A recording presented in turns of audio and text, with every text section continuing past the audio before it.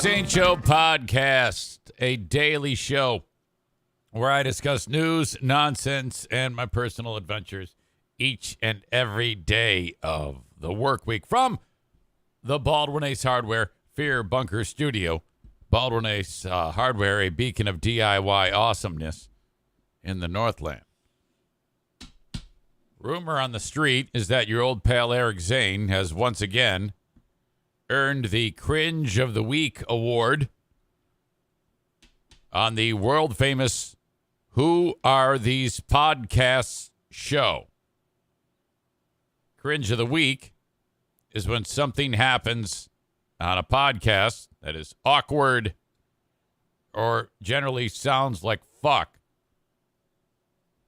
Last time I won it, it was from a best of show that I aired,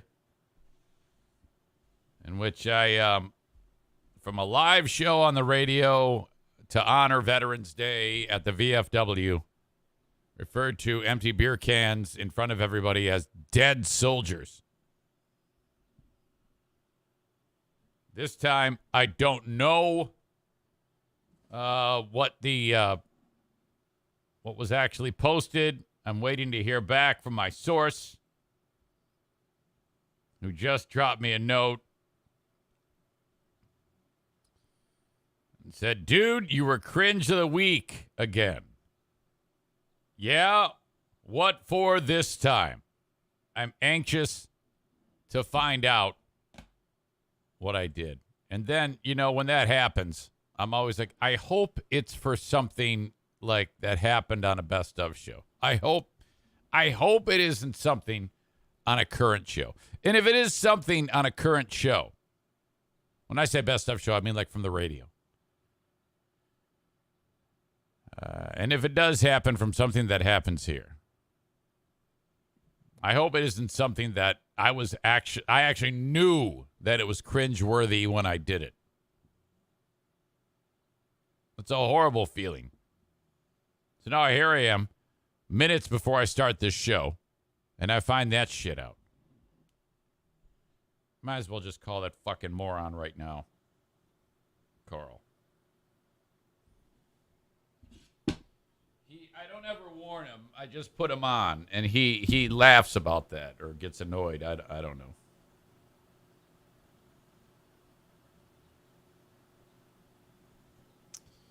All right.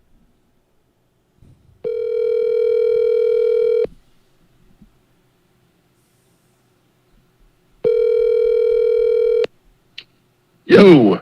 Hey, I'm podcasting. I had a feeling. I'm on the air right now, huh? Of course. What's up? Which is always the way we do it. It's always just you pop into my mind, and then suddenly you're here. I've talked to 30 people before. It's okay.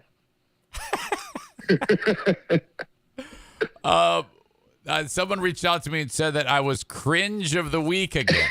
Again? This is twice now. Okay.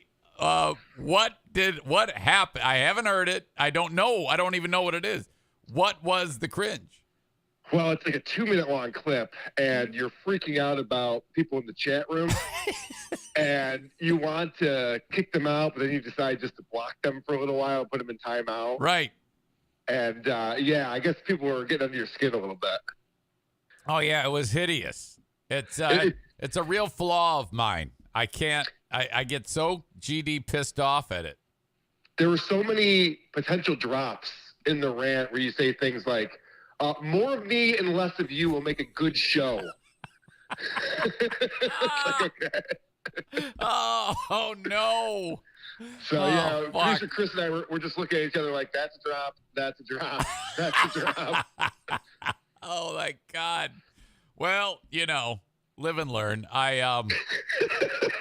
Fucking terrible. Anything. I don't think you have any regrets.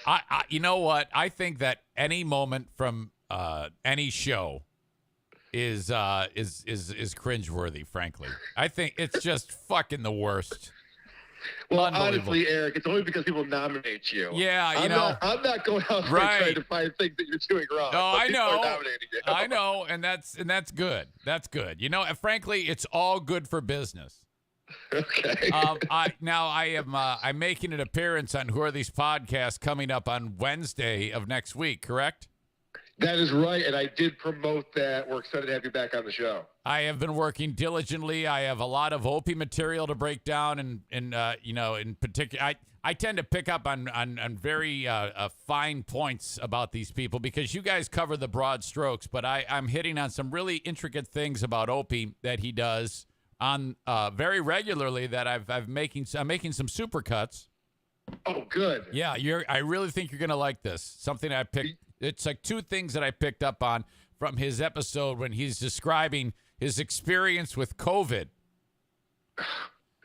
Well, I like your perspective on Opie because I don't have the radio background that you do, and Opie is a career radio guy. Oh, So I think you can bring some insights in that I'm maybe not picking up on. okay, great. And then, but I don't yet have the show that you want me to cover that we're going to be covering on Wednesday. So whenever you get that, let me know. And then I'm going to start my homework. Yeah, it's funny that you asked me, hey, what are we going to be covering? I don't know what we're covering until like the day before because I can't spend that much time doing homework.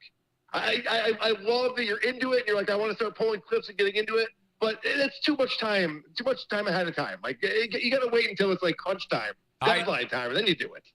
What I tend to do is I tend to listen to it during drive times. Like, let's say you give me a show to listen to. I'll listen to it during drive times and then pick up and like write timestamps. That's the way I do it because then I'm like, it's while I'm doing something else, you know? I don't like sit down to review it. I never do that. But that's why you're one of the best. And people love you on Who Are These Podcasts because you're absorbing the material. You're not just there trying to find the little nitpicky things. You're understanding the full body of work and then going in and precisely pulling out what we need to talk about. And that's why you're great. Carl, you're a good man. I appreciate any time you give me. Awesome, buddy. All right. Thanks for the phone call. I got to get done editing this show and get it out so people can hear your cringe of the week. Indeed. And two shows a week now on Who Are These Podcasts, correct? That's right, buddy. That's why you're on the midweek show. Yep. We got the midweek show and then the normal show. And then, of course, the Patreon. It's just big things are happening. Who Are These Podcasts? WhoAreThese.com. And a new website for Carl. That's right, buddy. We have a huge YouTube presence going now. So you can find that on our website or on YouTube, the Who Are These Podcast channel. Lots of video content. Okay. Have a great day. All right, buddy. You too. See ya. Carl from Who Are These Podcasts, your old pal Eric Zane, cringe of the week. That is excellent. All right. So,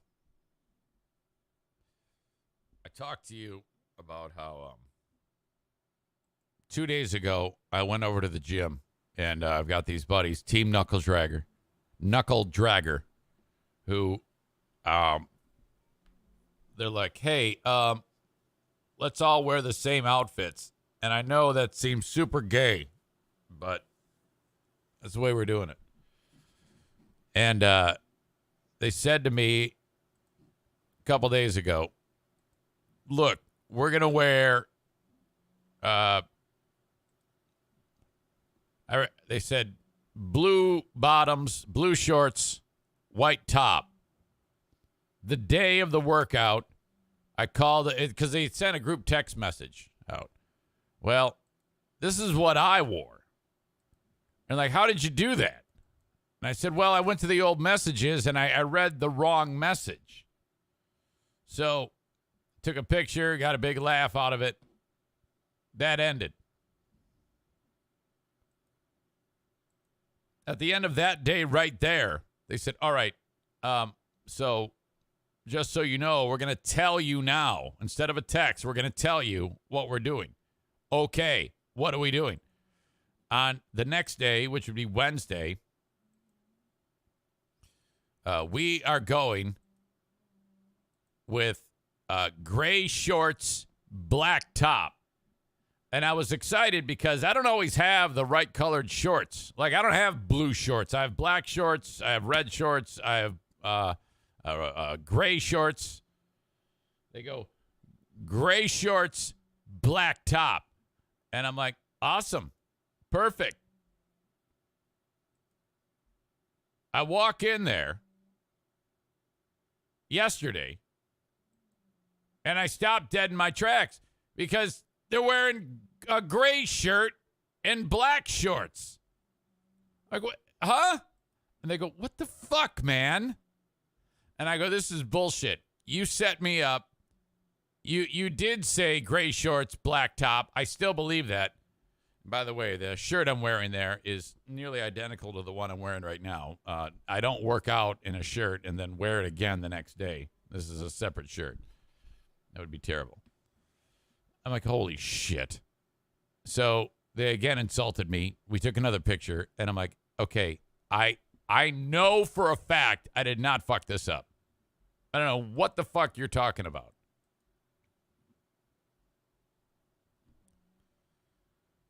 Embarrassing. More on the YMCA in just a little bit because something spectacular is going on. Just know this, that when my time ended at the Y, I went home and my wife was actually in the driveway in a chair waiting for me, just sitting there. And I go, what's up? She goes, well, I'm ready to help you in the painting. And I go, oh, well, she means business. Now, if you don't know, I've got this painting project, which I'm painting the trim on the outside of the house. This is the one I need to clarify something too, because I had Stefan Hyde over my house not long ago, and he said to fix the trim was going to, because it's rotted wood in several spots. Now, what I'm ultimately doing for this party that we're having Saturday is just painting it. Painting actual rotted pieces of wood, just so it looks okay. Kind of like, Band-Aid over cancer. And then we'll worry about it after. Because Stefan said, everybody's backed up. It's hard to get materials. It's hard to get the work done. This is a big undertaking. And he threw a price at me. And I went, oh, my God. I had no idea that it's that expensive. He said, Zane, $15,000 to $20,000, eh? Now, in my mind, you just pull a piece of wood off and you put another piece of wood on. But to do the job right, there's more to it than that. So I made fun of him on the show. And it made it seem like he was screwing me, but he's not. He's talking about like composite materials and all sorts of various important things that need to happen if you want it done correctly. So when he said the 15 to 20,000, that's a professional, top of the line, best of materials quote. And he confirmed this with other people in his industry. He's a professional, okay? Now, to the ham and egger like me and the guy who's working on my basement, Kyle, like, oh, fuck that. Just slap a couple pieces of wood up on there, cut into the bad part and seam it in. No big deal. It costs you nothing. It's a very inexpensive repair job. Okay, the guy, Kyle, in the basement, who's painting the basement and doing the finish work, he's like, $20,000, I can put an addition on your home. Well, this pissed off Stefan, and then I started laying it on, beating Stefan up over this. So I think Stefan, there was a small degree of butthurt because he called me yesterday. He goes, oh, hey, Zaner. Yeah, Stefan. Okay, like, I've been listening to you, talking about me and the high price of the finish work, or the trim work, yeah. And, like, I was going to write out a long email, about that whole thing, but you know what? I figured, man to man, just going to call you, So, like, here it is. So I got the impression he wasn't taking kindly. And then my dad talked about him on Dear Meat. It says, that guy's ripping you off. So I think that Stefan there might have been a degree of butthurt and concerned that I was making him look like a ripoff scam artist. He's not. I wanted to make this clear because I don't want him upset. You know, the guy he has a what do you call it? He's a contractor. He can't be having someone, you know. And he finished this room that I'm in. He did a lot of work for me. He's always been very helpful. So I wanted everybody to know that that was all just ball busting. I don't want you to believe that that's actually serious, that he's actually trying to forcibly bone me over his work. That is not the case. So I just wanted that out there because he did call. He wasn't like yelling at me or anything like that. He was very cool about it. But it's just one of those things. So yesterday, Diana's waiting in the driveway. I go to the hardware store to buy a paint hook, which I did not know was a fucking thing. I had bitched and moaned that going up and down that ladder, I would have it's an extension ladder, and I'm up 20 plus feet in the air, and so swipey with the paint, go all the way down the ladder, dip the brush in, and that's what I'm doing. I'm going all the way up and down the ladder, and I kept thinking to myself, this seems impossible, but I only have two hands here. I don't want to be going up and down this ladder without one hand on the ladder because I'm holding a paint can. And it was Melissa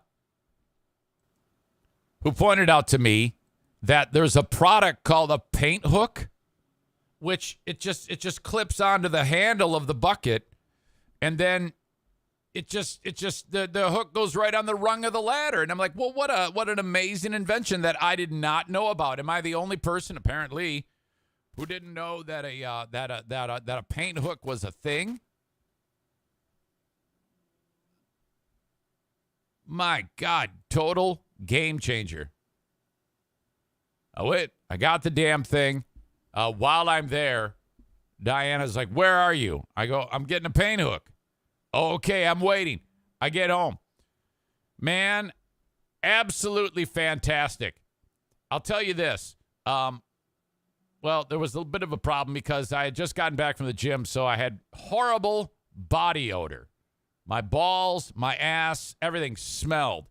And the flies, these tiny flies, they just love that. And so they're buzzing around my head. And I found myself like swiping at them, you know? And I'm like, this is not the thing. This is not the place to be when you want to be swiping that high up. And so while I'm up there, I'm thinking about you guys. And I'm like, please don't fall. Don't fall. Take every precaution. Just be extra careful. Jesus. If I fall, that would be just like my dad falling off ladders. And I just don't want that to happen. So I'm up there and I'm not looking down. And I'm scraping the wood. I get all the scraping done at this one particular spot. I'm not completely done yet. And then up I go with the paint can. Now, what I noticed when I first went up, when I got the ladder, because I bought the freaking ladder for this. Biggest ladder they had at the store. So I noticed that when you go up the ladder, it starts to like wiggle, like as it gets completely extended. It's almost like the stability is less as you wander your way up the ladder. And then as I'm going up and down yesterday, I started to get better at it. I didn't realize there was a skill set to going up and down a ladder. But I noticed that as I started to go up and down the ladder more, that I was actually I was getting more confident and moving in a more smooth manner. I didn't seem like I was like about to fall off the fucking thing every time. And then a few trips up and down, and I'm like, this is fucking sweet. I'm getting this shit. And then my fear left me. I've got my paint hook and my can, and then I am way up there getting that shit done. And now I got the bug. Now I'm like, I feel my confidence is at a high level, but not so much that I'm sacrificing my safety. And Diana, she was like, her job is just to sit there. she can whatever do. If she is going to do anything, it has to be right there. And she's like, "Can I leave?" I go, "No, you can't leave. If I fall, seconds are going to count. I'm going to be over here bleeding out, and you're going to be inside playing Candy Crush. You can't leave. I need you as a spotter. In case I fall, you got to call 911. This is serious shit."